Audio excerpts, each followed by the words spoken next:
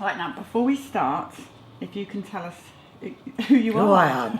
Okay, my name is Joan Campbell and I'm Irish. This is my son Jack Campbell and Husband John.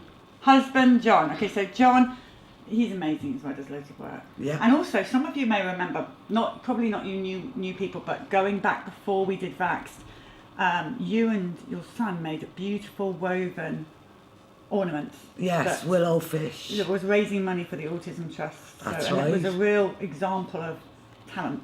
I think he was the first child to send something in and he made a video about it, and that was so sweet because you were lifting them up and showing them to the camera, his little items. That's right. So hopefully he'll start making them again this year. And we're really honoured that you've come out today because you haven't been out for a long time. To the Do you wanna camera. Look okay, to the we'll camera. talk about that. Let's go right back because both of you have got older children. Yes. Is that right? Mhm. So, because they like to call us anti-vaccine, which is, as we know, is ridiculous because we vaccinated our kids. So go back, both of you, and talk about what your views were on vaccines when you had your first children. Well, when I had my first boy, Jamie, he's 4 years older than Jack, he's 28 now. He was 5 weeks early and he was breech birth and it delivered fine, no problem, because I had a specialist called Dr. Wisdom who delivered him, which was fantastic.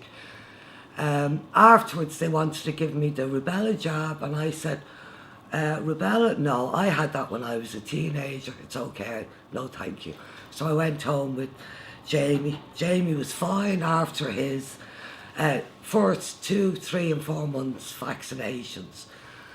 The DPT, that's all they gave them back in 1989. And when he was 8 months, he had the measles. So that's grand. The proper measles. But just measles. I looked after him.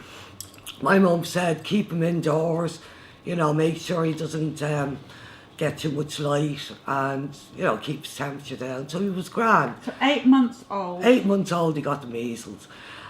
So 4 years later, we've moved up to Scotland to look after John's mum. She'd suffered a couple of strokes. So we decided to move up to Scotland to look after her. And then the next year, Jack was, I conceived Jack. And during the pregnancy, they wanted to bring me in for a smear test. And I said, I'm sorry, no, I'm pregnant. I don't want to have a smear test. So I refused that. And then 3 weeks before Jack was due, they called me in to say, oh, Mrs. Campbell, your son is breech. And the mortality rate for breech babies is quite high. Now, at the time, I didn't even know what mortality meant, that it meant death. So I said, well, I'm sorry, but I had a son 4 years ago, breech birth, and he came out fine. So if you don't mind, I'd like to just go the natural way. So I went home. Sure enough, 5 hours later, my waters broke. So I was rushed back to the hospital. And the woman doctor comes in and says, oh, hello, yes, you're the lady that's having twins. Now, I was supposed to have twins, but with Jack, for some reason, the other baby just died at 9 weeks, and they said it would dissolve into the womb.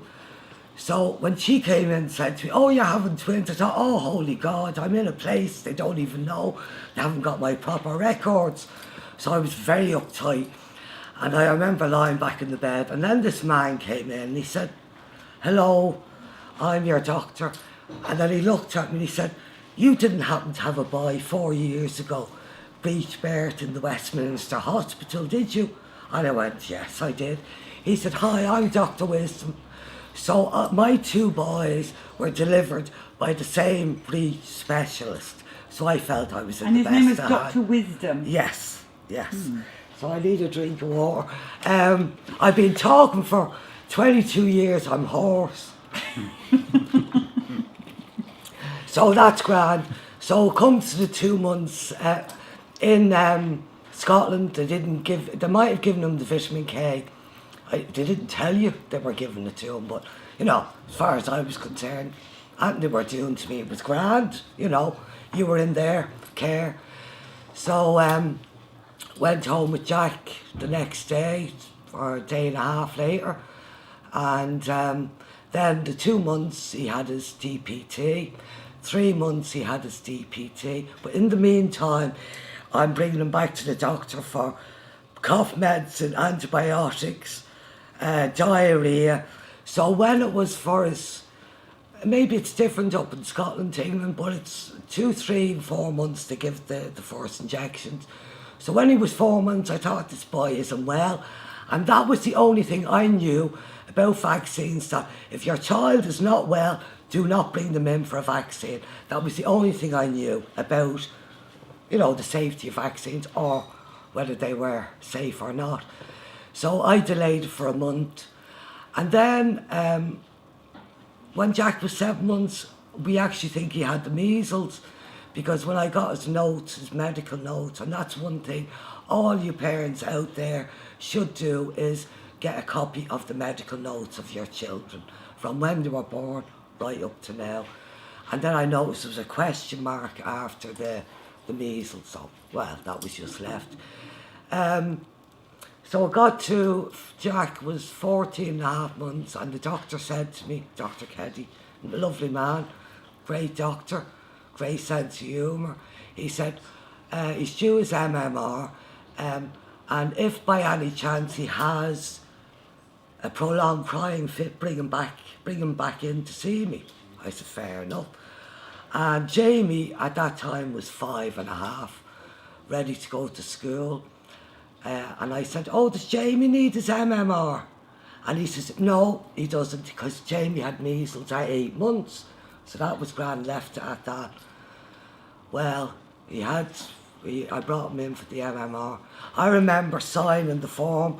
They asked you, does he have diabetes, heart problems, seizures? And I'm ticking no to everything they asked me. And I thought to myself, my gosh, my son and my family were very healthy. We don't have any of these ailments. So I remember signing it. Yeah, I didn't have to sign for the DPT. Why did I have to sign for the MMR? So he had it. So that day, brought him home, clingy, floppy in the arms, didn't want to eat, didn't really want to drink. No, he was really thirsty, that's right. Tried to give him some Calpol, didn't want it. So that was, say, 11 o'clock in the morning, he had the injection. 1 o'clock in the morning, I'm still awake with him, and he starts this high-pitched cry. Now, I cannot bear to hear children cry now, because I know it's, you know what it means, don't you? So I was rubbing his back, I was trying to give him the Calpol, I couldn't take it. I was putting, trying to bring his temperature down, and then he let out this big burp. I thought, grand, he was just full of wind. She said burp. Burp, as in, bleh. So I thought, because he had suffered from colic. Again, the colic could have been from the DPT, whatever. I didn't have a clue. So at the time, John was upstairs in his bed. We were looking after a woman of, 55, 60 years of age with dementia. Didn't have transport. And I thought, once he'd stopped crying, I thought, well, I don't need to get an ambulance. But even if I had brought him to the hospital that night, what would have been done? The damage had been done. He must have had, inflammation of the brain, because I'd never heard that cry before. So that's okay. That was the day he had it. 2 days later, I would bring him out in the buggy. At the time, I was delivering Betterware and Avon catalogues around the houses in the area. And I had to stop putting the catalogues through the door because Jack started crying again in his pram. And I remember a woman walking along and she looked at me and I looked at her. And rather than try and just leave him, I took him out and gave him a love and a cuddle, put him back in his pram and went, feck that, I'm going home. So I went home, gave him more Calpol. She said feck that. Feck that. Okay. It's not really. It's a mild course. It's a mild one. I'm from I just wanted Dublin. them to know that you said feck. Yeah, I'm from Dublin, so you know. And also, just while we're on this point, they're saying they can understand you fine because she's Irish. Wait till you meet the Scots. Yeah, I mean the first person to speak to in Scotland is an Irish person, but we're very alike the Celts, and the English. I love the English too. So anyway, that was So I thought snivelly, the green, the coughing, the high temperature. Brought him back to the doctor with Jamie as well, because Jamie wasn't well. So you're thinking, they both got a cold. So I explained to the doctor what had happened. He never put anything in his notes, never. And what did he give him? Antibiotics. And from listening to the truth about vaccines, that was an amazing documentary, by the way. Just as good as Vaxxed. When someone said, they give them antibiotics, which means that they can't detoxify their body. So from then on, he just went downhill. Started to lose the eye contact, the babbling. He had loads of words. He just wasn't there. So 18 months came around. I thought, why is he not being called for his 18-month checkup? So I went to the health visitor, and they went, we stopped doing that. I thought, what? Oh, you need to bring him to your doctor. So at the time, you're busy looking after a child that's extremely ill. You're looking after your older child. You're looking after your husband. You're doing everything. So, weeks go by before you get around to it. So I bring him to the doctor, and he says, and Jack is running about the doctor's surgery, pulling out cupboards, climbing up onto the computer. I don't think we had computers, but whatever, he was climbing up everywhere. And the doctor says, Joan, he's a wee anarchist. Because he said to me, is he understanding what you're saying? And you know what? I felt this thing in my stomach. It was like, what? Don't tell me I've got a child that doesn't understand me. So I didn't want to believe that. So I says, well, yeah, he is understanding me. Yeah. But really, he wasn't. Or he was ignoring me. So that's when he turned around and said, he's a wee anarchist. So that made me feel better, thinking that my son was just a little devil running about, So from then they get the health visitor to come. She came to see him. He's asleep in the buggy. There's no way I'm going to wake him up from that buggy to talk to this woman. So I explained to her, and she says, we'll get him a hearing test. I said, there's nothing wrong with his hearing.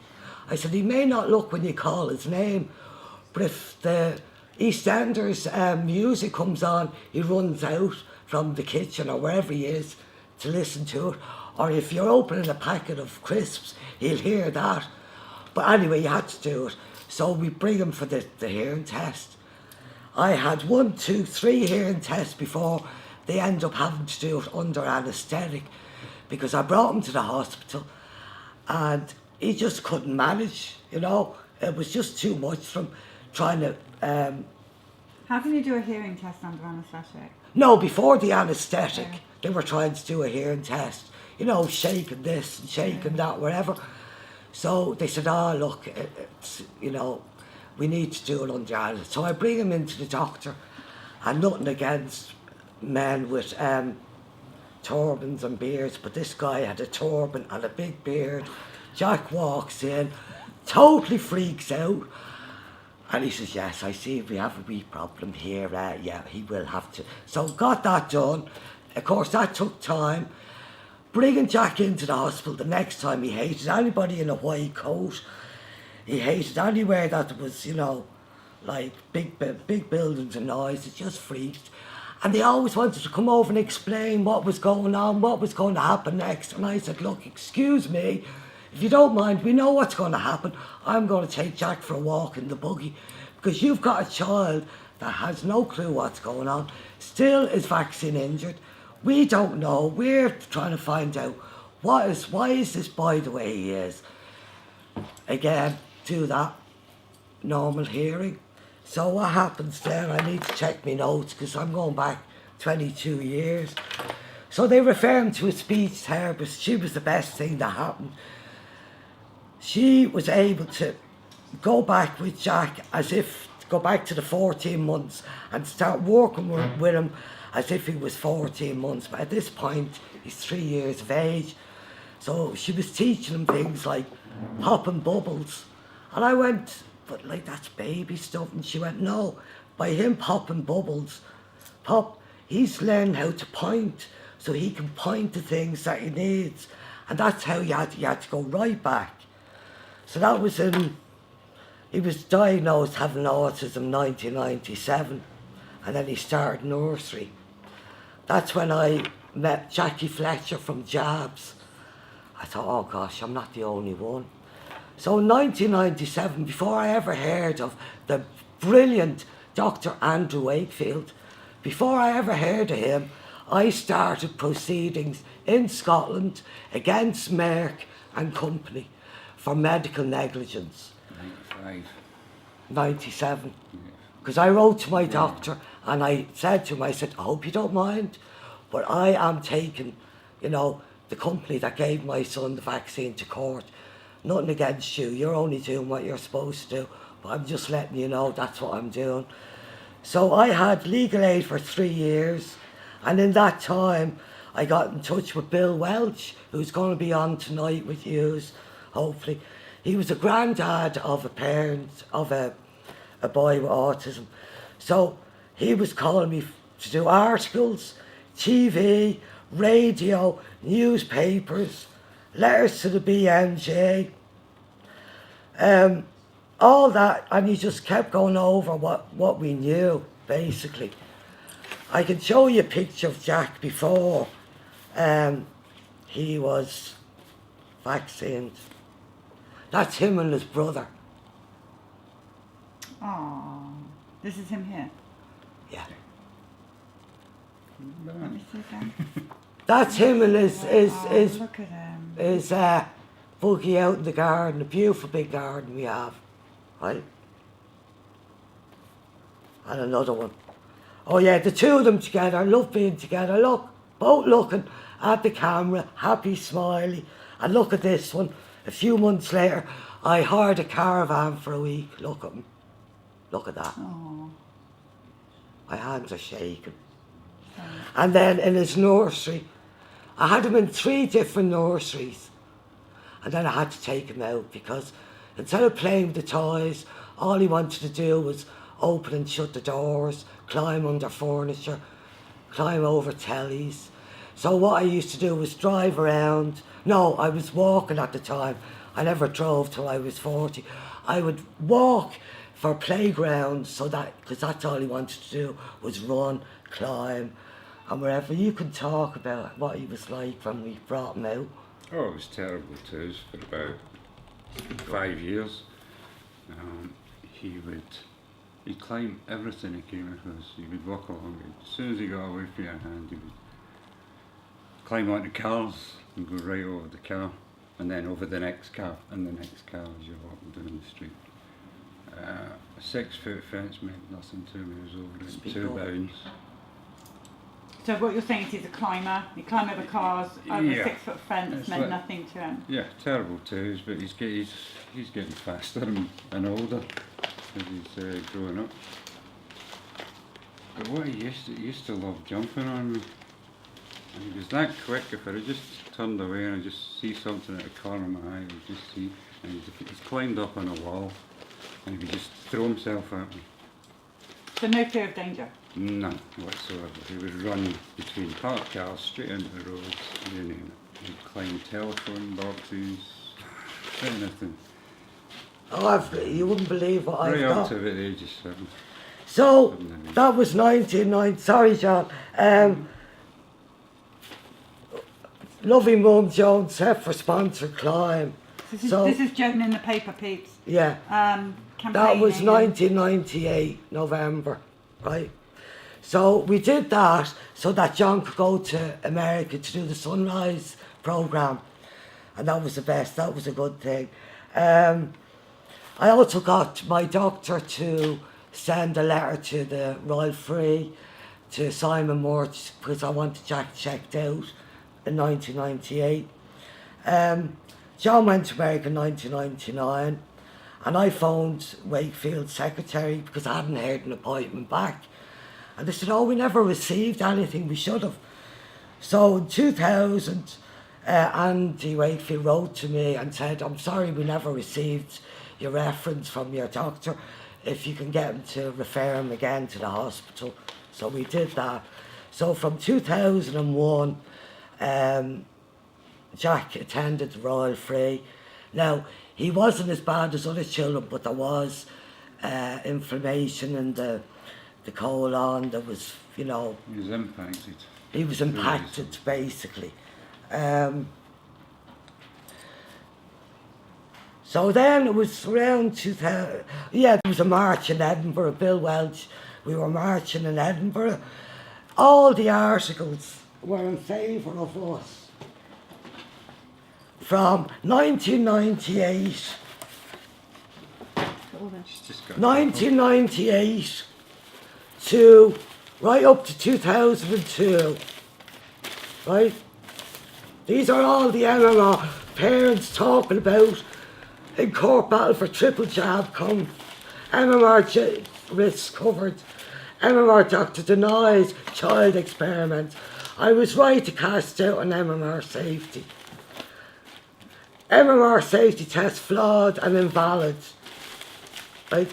A woman with 3 kids, triplets, injured by the MMR. Right, we're going up to 2000 now. Doctors, we start calling for single jabs. Single jabs. I mean, just look at that. This is what's going on, what's happening August 2001, MMR. This is how much we were putting out in the... We never shut up. We never shut up, the parents. We just kept going. And we were slagged off. We were called hippies. All sorts of... Look at that. We're up to 2002. 2004 it stopped. Even the private eye were with us. And then, because of Brian Deere and all his lies and his fraud, everyone went against us. It was horrific. So there you go. That's just half of it. That's the tip of the iceberg. Mother of God. So that's, when was that? Yeah. So 2002. Got in touch with Bernard Rimland in America. Dr. Yazbak. Went to see Vera Schneider in Glasgow, Caledonian University. That was where I met Jeanette Robb. 2 of us outside having a ciggy. That's how we met. Because I asked her, when did we meet? It's the Brits for you. Now, Vera Schneider opened me up to not just the MMR.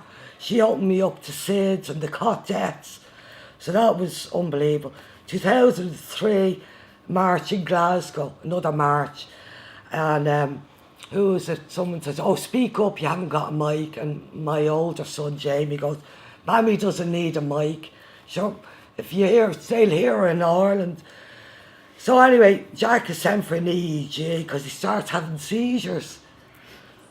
So then, in the meantime, the legal aid in Scotland finished after 3 years. So I applied for the legal aid in England because Scotland, they just didn't have enough evidence. So I met with solicitors, but actually the solicitors, Alexander Harris, used Jack as a training ground because over the 3 years, I don't know how many legal teams I had that was covering this case, paralegal. Now, parents at this point were turning into chemists, doctors, lawyers, a degree in English. You know what I mean? It's just unbelievable what you have to learn to cope with what's going on. So, when did I... Oh, yeah. In 2001, I had an open letter to Tony Blair printed, asking Tony Blair, did he give his son the MMR? So, I mean, they're all there, you know. And Oh, it's terrible, he's given out in the paper. Oh, how, confidentiality.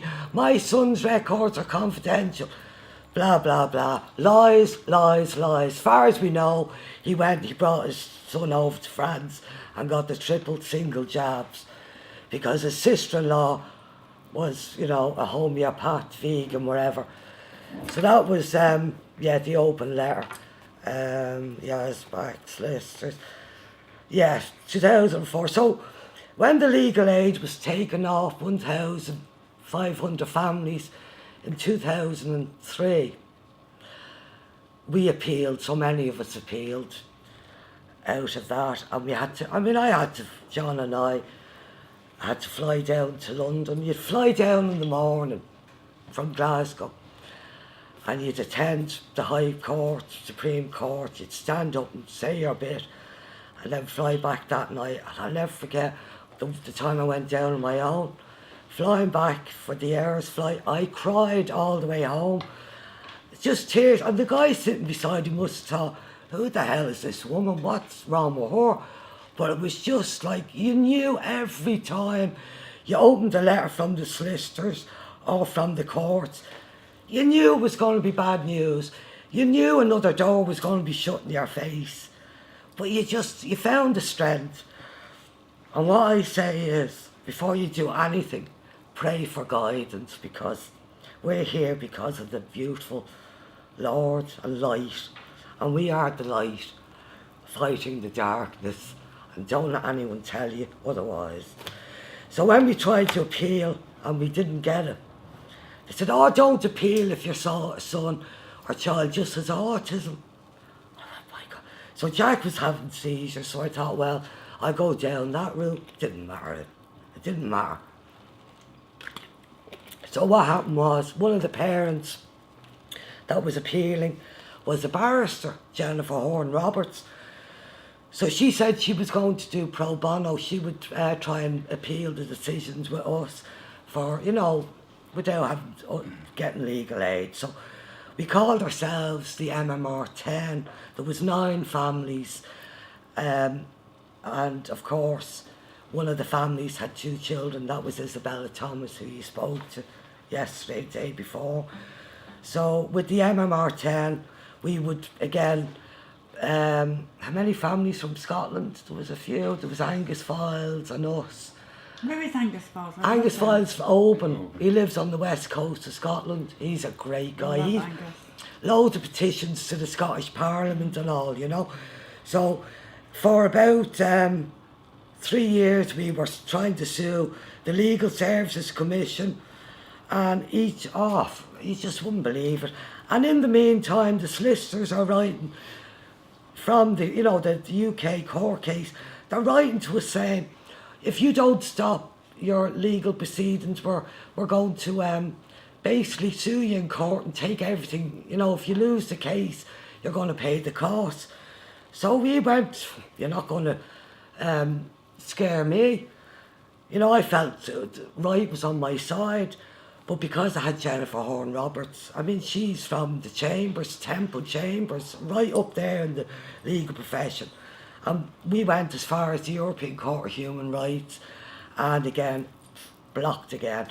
So that was happening, and then what happens? Oh, how many years later after that decision, they decide we're going to take Wakefield and Murch and Walker Smith to court. So, in the meantime, I'm in touch with Angie Usman, Dr. McCandless, got in touch with Ali Edwards. 2007, Jack's, soiling himself, throwing things, aggression. They wanted to send him to the mental health, and we brought you to that clinic. And Jack walks in, and I'm telling you, he threw a right wobbly. He knew that if he stayed in that place, that eventually they would have given him antipsychotic drugs, because it was CAMS, the mental health team. So we took him out of there, and then we had the GMC hearing started, and then there was the conflict of Crispin Davis and his brother. wait till you see this. So, his brother was, at the time, a CEO of a GlaxoSmithKline, and also something to do with the Lancet paper. So I wrote to the Ombudsman about that. The amount of letters you get, well, you're dealing with your case, it's all a waste of time. I got a letter back from Jack Straw saying, sorry, you're not happy with the way the complaint has gone, but he feels at the time he is justified in not having any conflicts of interest. So then you've got a conflict of interest over MMR. Now look how 19 government experts are connected. So 19, I mean, you can't see it, but all these people were all on the Merck side and GlaxoSmith side. And I mean, the writing's very small, but So this is what we're having to deal with. In the meantime, your boy is getting worse. 2000, then we had the London Autism Rally. And that's where I met you and John again. And I remember standing up in Trafalgar Square and I was saying my bit and the wind was howling and the hair was going everywhere and I'm trying to say my bit. And it was a fantastic rally. We were able to hand mandates into 10 Downing Street. So a few of us, got in there with our children, Bill Welch, Sally Beck, Ali Edwards, and handed over the mandates to Alistair Darling. What happened from that, Polly? Nothing. F all. So 2009 happens and you had your conference in Ascot and we met Andy there. And I said to Andy, there was Andy, Bill Welch, Paul Shattuck, John, myself. And the way you didn't want to go over to Andy and sort of say hello because loads of people want to go and say hello to him. You think the poor man is inundated with, mothers wanting to hug him and kiss him and, say thank you. Anyway, I said to him, how are you? How's it going? I says, do you remember me? I says, it was Jack that his files went missing at the Royal Free and I had to get in touch with you again. He went, I remember it well. He said, I complained about that to the GMC. He says about Brent Taylor. He said, and actually that's when the shit hit the fan. That's what he said. So from then on it was like, what can you say? So at the conference we were outside in Ascot and we'd all had a drink and we were having a fag. Joan. And you said to me, oh my God. Come on, this is way out after the conference at night time, before our bed. And you said, gosh, Joan, I love your accent, you'd be great on the radio. And I went, oh no, So 2010 you asked me to become admin to Autism Mothers. Because you knew how busy I was and how I get people together and, you know what I mean? I'm always wanting to make sure nobody gets left out. So when I started Autism Mothers, we had 3,500 members. And now we have 221,000 members. Yeah, go over there, everybody. Join Autism Mothers. It's fun. You'll enjoy it. What I do is, I notice members were posting questions like, oh, my daughter's waking up through the middle of the night and she's smearing feces all over our bed, or my son is screaming, crying and banging his head. And I noticed nobody was replying to their questions. So what I did was I would copy their question. Copy and paste is fantastic, isn't it? Copy, paste onto our main page. And then they were getting replies, 60 replies. So if there was other people had the same problem, they'd be able to see other. And that's how the page, in a way, built up. But then we started that campaign of the mother and child picture. Delivering where government's which one? Yeah. And all of a sudden it jumped like massively, So that was 20. Oh yeah, the GMC. 2010, that's when the result of, they found him to have committed fraud, Andy Wakefield, which is absolutely lies, unfounded and unjust. And Andy and Carmen were walking down to come to the GMC, and John and I noticed, and we ran up to meet them.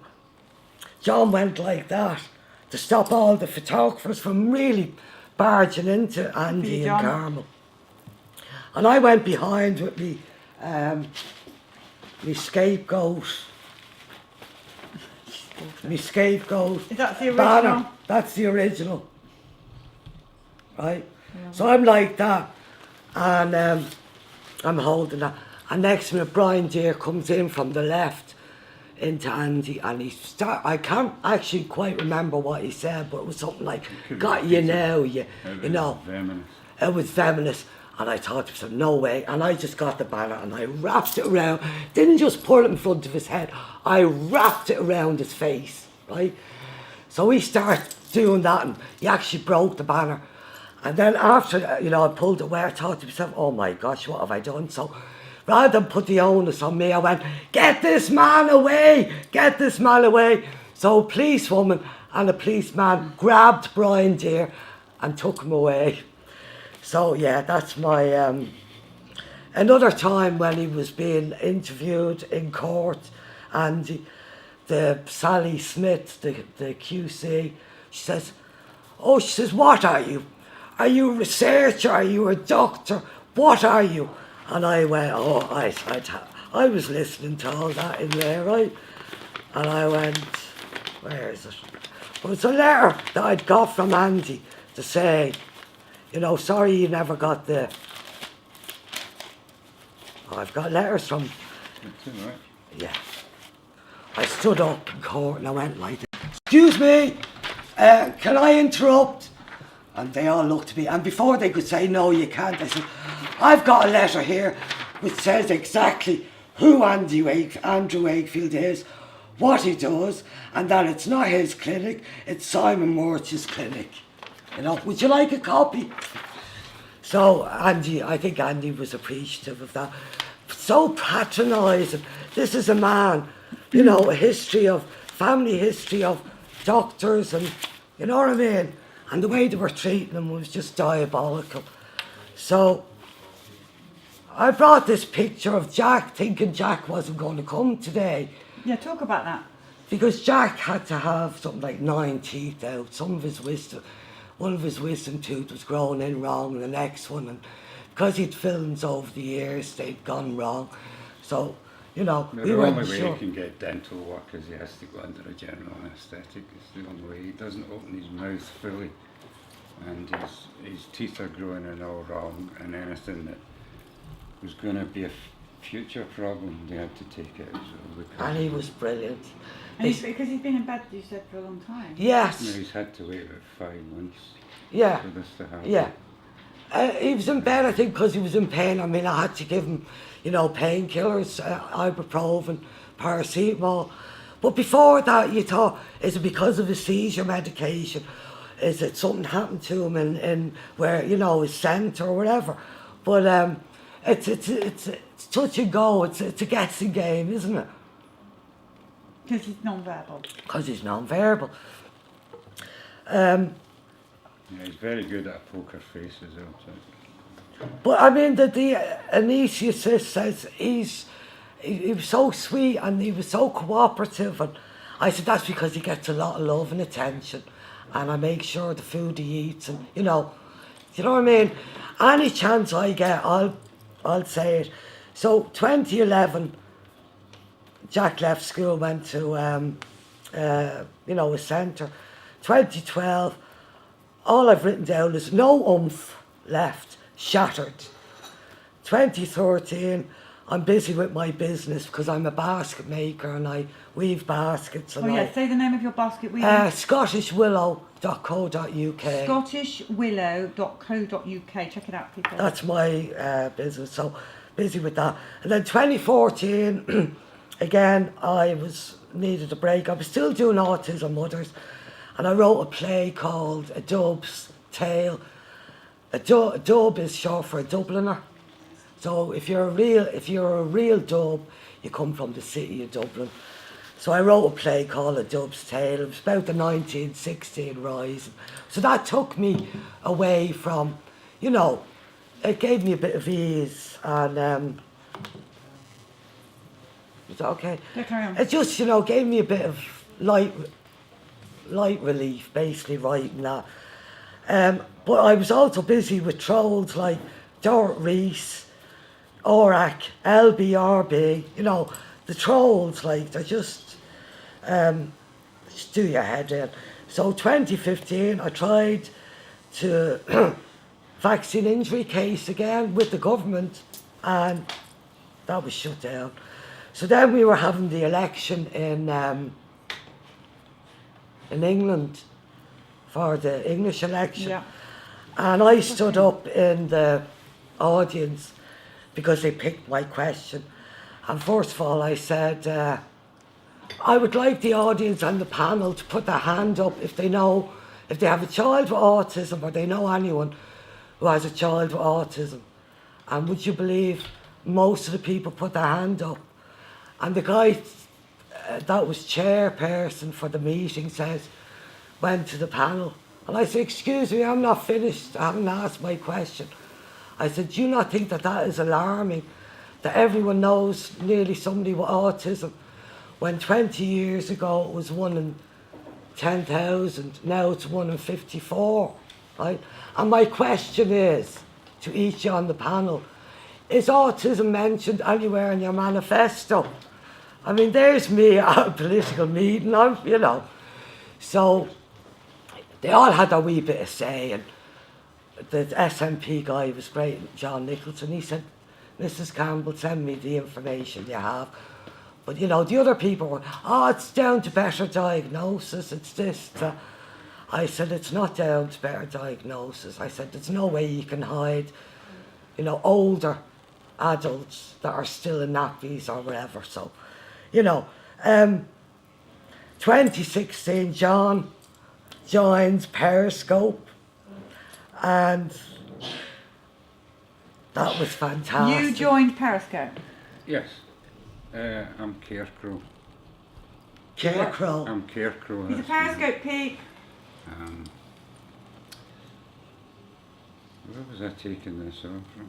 To go back to our original question, yes, we vaccinated religiously, thought it was the right thing to do.